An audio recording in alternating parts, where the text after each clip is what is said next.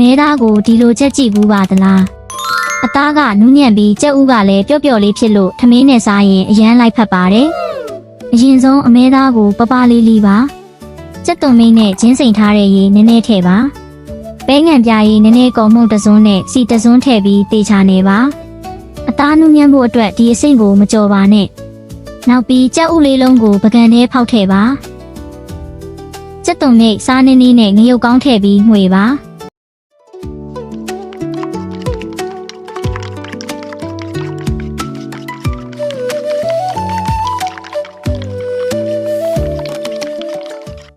ကြက်ဥကိုနူးအောင်ကုန်မှုဖြော်ထားတဲ့ရေနည်းနည်းထည့်ပေးပါ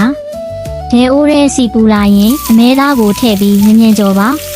အသားကြက်ခါနီးမှာကြက်ဥရေကိုလောင်းထည့်ပါမီးအေးနဲ့ဖြည်းဖြည်းချင်းတွန်းမှွေပေးပါကြက်ဥနူးနူးလေးနဲ့အမဲသားနူးနူးလေးရပါပြီဒီနည်းလေးကိုတင်ထားပြီးအိမ်မှာတစ်ခါလောက်စမ်းလုပ်ကြည့်ပါကြိုက်တယ်ဆိုရင်အကောင့်ကိုဖော်လို့ထားပေးပါ